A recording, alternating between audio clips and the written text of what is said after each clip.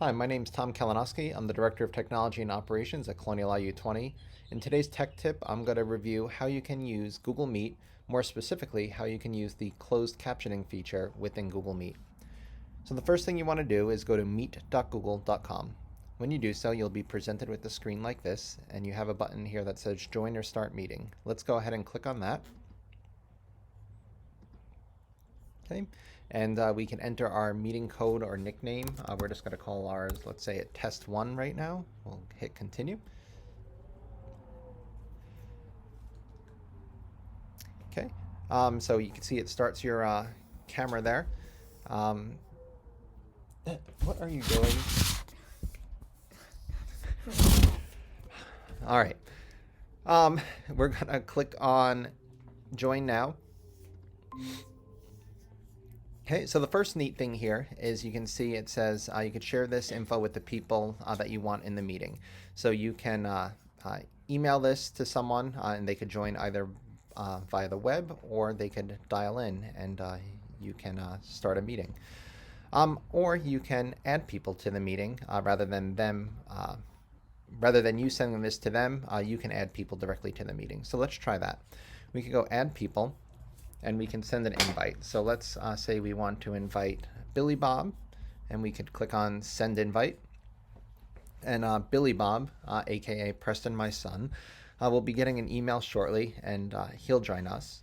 The other thing we could do is we can also invite people via phone. So if we could click this little silhouette up here, we see that Billy Bob just joined. Say hi, Preston. Hi.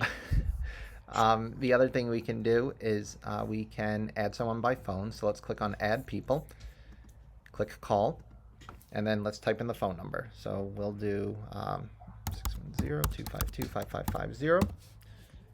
Okay, and we can click on call. Okay, you can see it's calling there.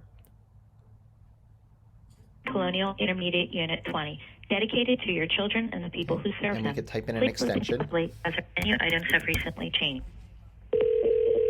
Okay, and so we're dialing extension right now that my wife, I'm hoping, is going to answer as soon as it starts ringing at her phone.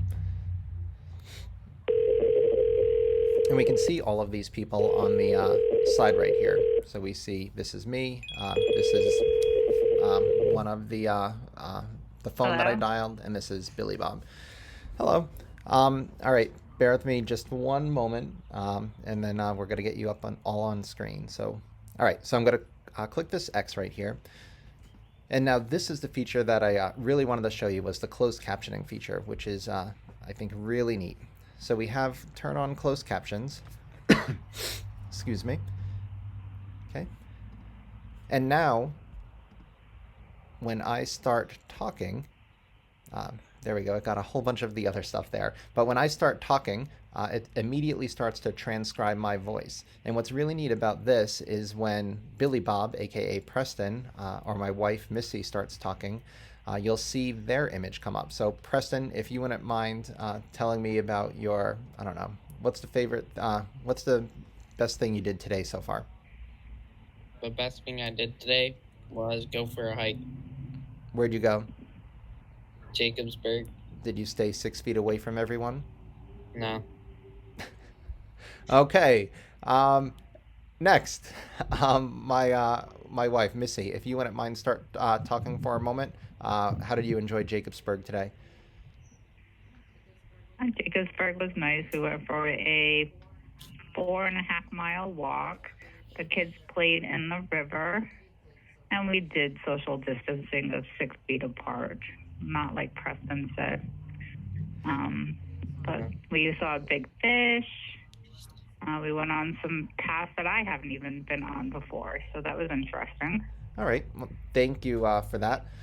So you can see the closed captioning, while not perfect, it does a pretty decent job of automatically transcribing everyone's voice, and it also gives you that context because it tells you who is speaking. Like, am I speaking? Is Billy Bob speaking? Or is the person on the phone speaking? So that could be really helpful for the person that is the student that's hearing impaired and help them identify who's talking. So I hope you found that tip valuable. I appreciate the help of my family in making this happen. And if you have any other questions, certainly shoot them my way, and we'll do more videos like this to help you guys in any way we can in the future as we all go through providing instruction to students online in these next few weeks. Thank you, and have a good day. Bye. Bye, everyone. Say bye, Preston. Bye. Sorry, my son had to get the last word in there. Have a good day. Bye.